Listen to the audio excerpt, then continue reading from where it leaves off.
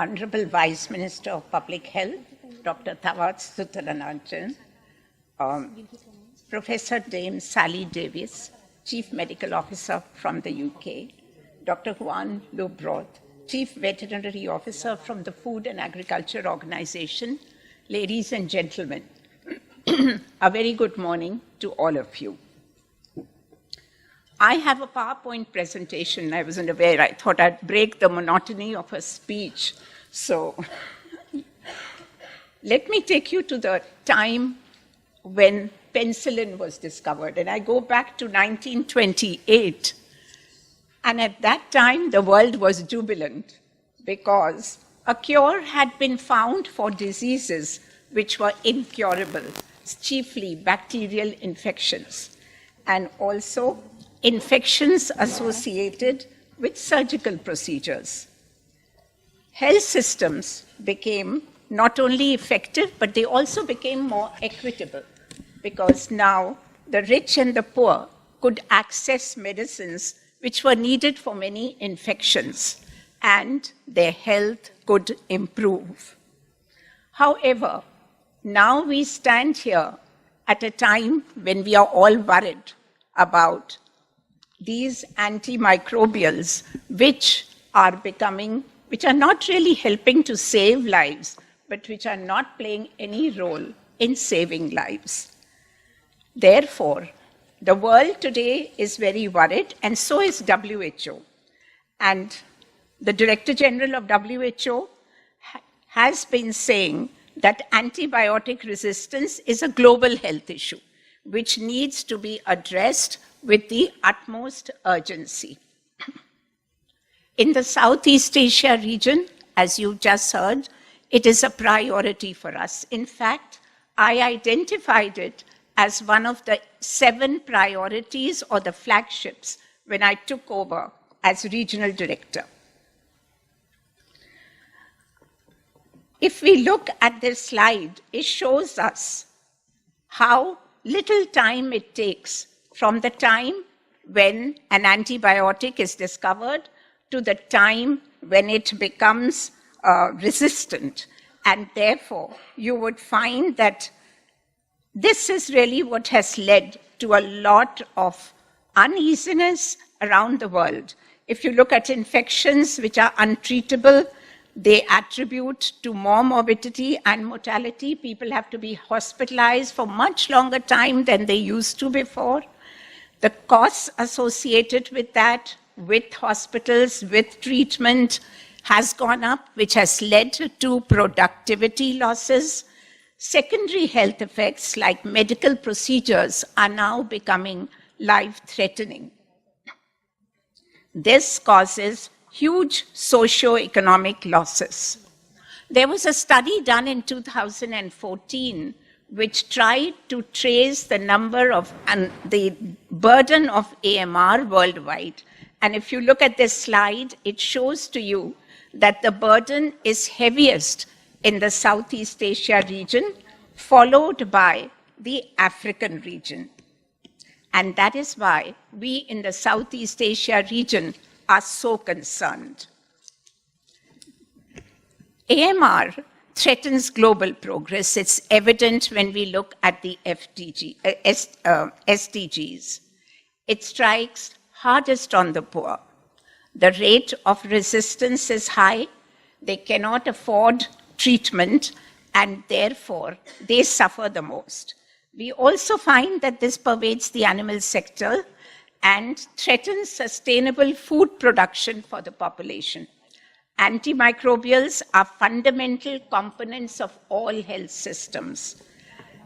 And residues from hospitals and pharmaceutical companies serve or lead to contaminate water and contaminate the soil. And that is why we find that these infections, which were earlier restricted only to the ICUs and hospitals, are now out in the communities.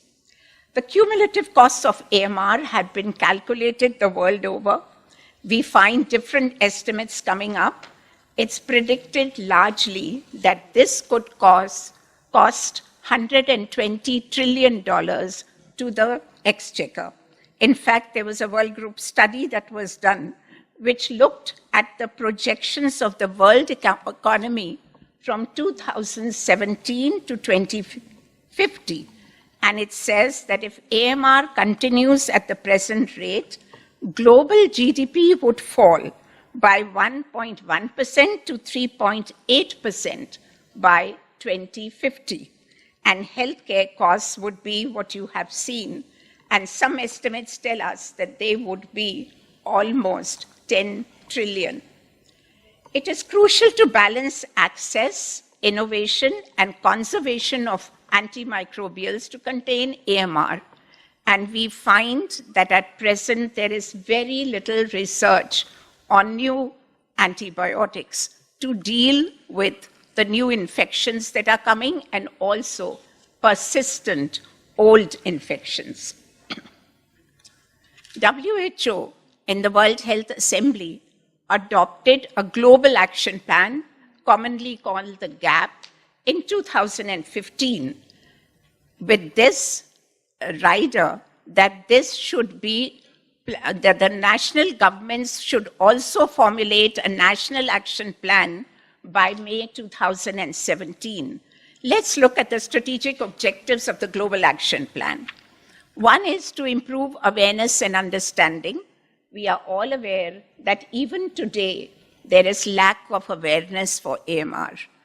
Normally, the general population or the communities take antibiotics without prescription because they are available easily across the counter in some countries of our region. We also find that at times doctors prescribe medications without even waiting for the result of diagnostics. Therefore, to create that kind of awareness is not only important in the communities and the general population, it is also necessary for the medical practitioners. Knowledge and evidence has to be strengthened through surveillance and research. And a lot is happening in that direction. There has been a surveillance network which has been set up by the three organizations, FAO, OIE, and WHO. There has to be a concerted effort to reduce infection in hospitals, which we know is very rampant, not only in this region, but across the globe. And we have to see that there is sustainable investment in R&D, which I mentioned earlier, that seems to be on the decline, and there is very little interest in looking for new antibiotics. There are some principles which guide implementation, which is that it has to have a context to the member state for which it is being formulated, and that's why each national action plan has the country as its context, and therefore each action plan may be different in its implementation. It has to have realistic objectives, because without it, it would be difficult to achieve what the plan sets out to achieve. It has to be relevant to the country context. It has to have the One Health approach. There have been many efforts, many meetings to see that the One Health approach, that is the different organizations dealing with health, animal health, agriculture, come together when the National Action Plan is formed. There was a meeting that was held in Japan, which stressed on this One Health approach, and the declaration that was adopted at the end of that meeting stressed that. There was also a meeting that was held in Southeast Asia region in Delhi, which again stressed on national action plans and what these national action plans should contain, again focusing on the One Health approach. There has to be ownership between global institutions, regions, and countries. Without it, it is extremely difficult to move on this. And communication about successes, about gaps, and about challenges have to be continuously shared.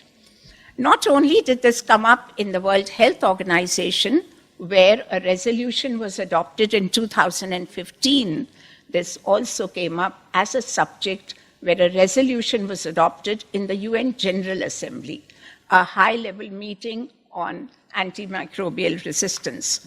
And Interestingly, the UNGA has dwelt on only 3 health subjects so far. The first being HIV, second NCDs, and the third AMR.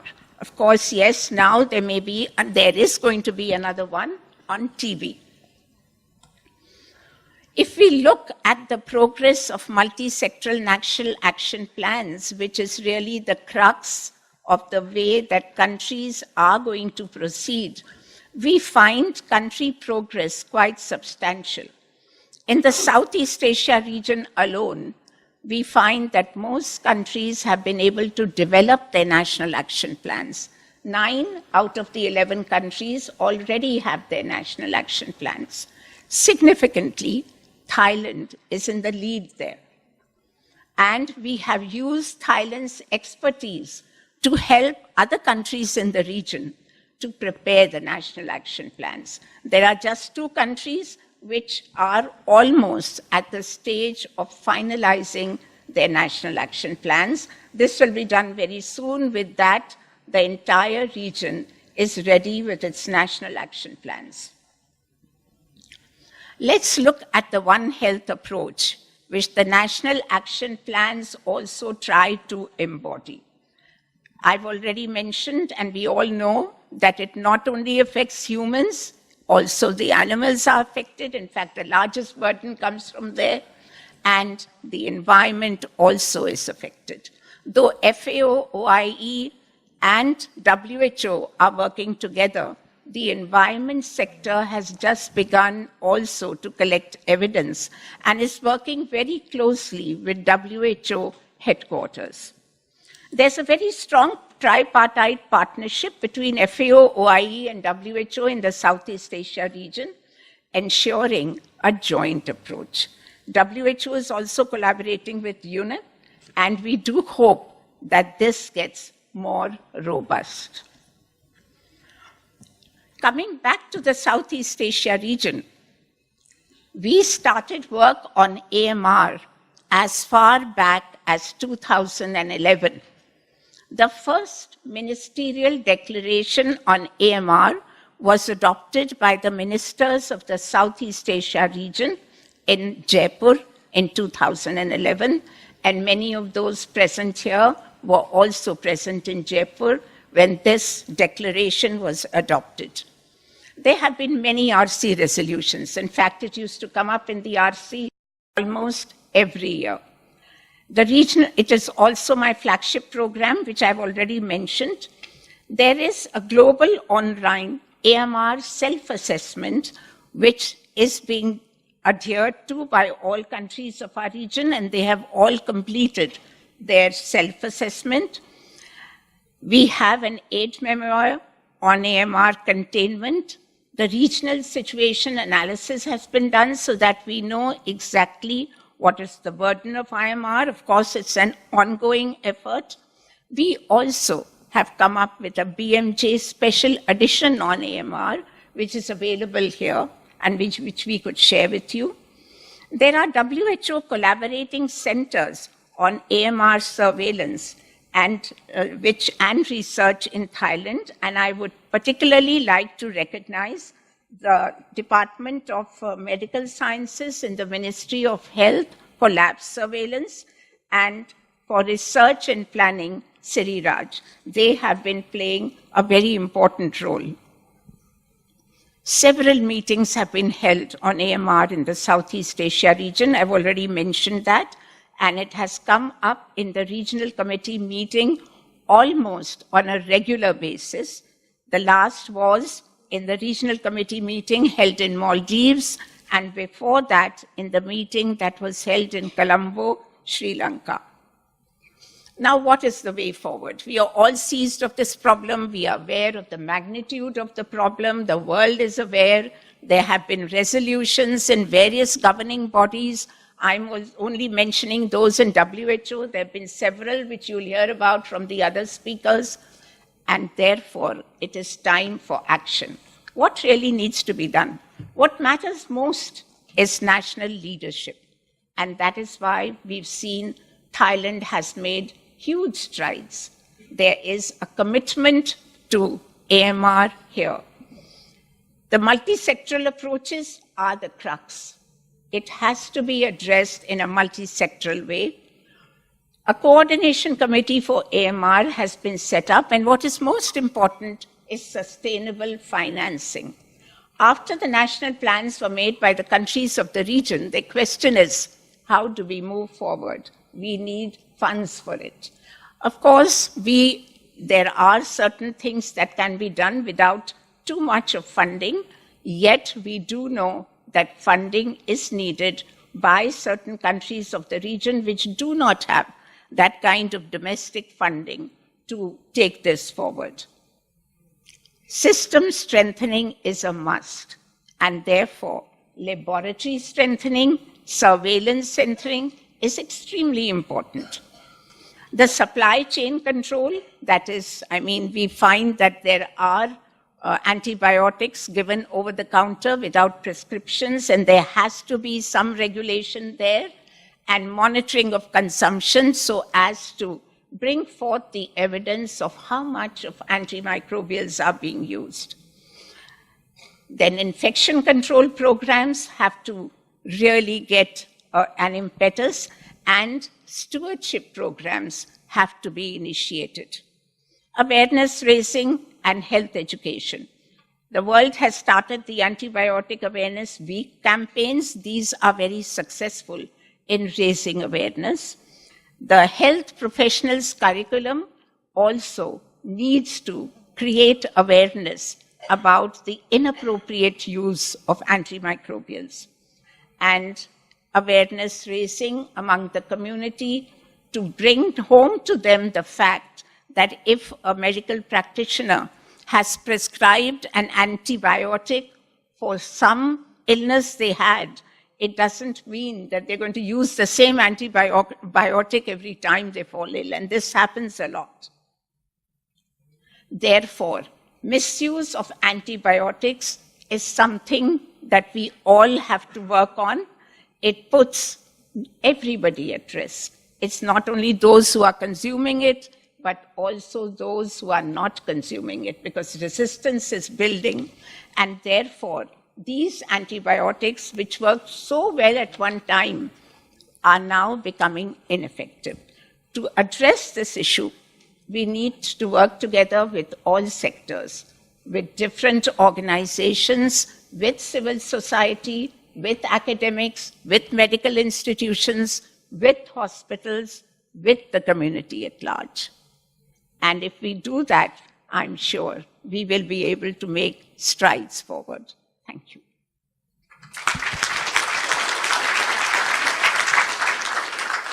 Thank you very much for the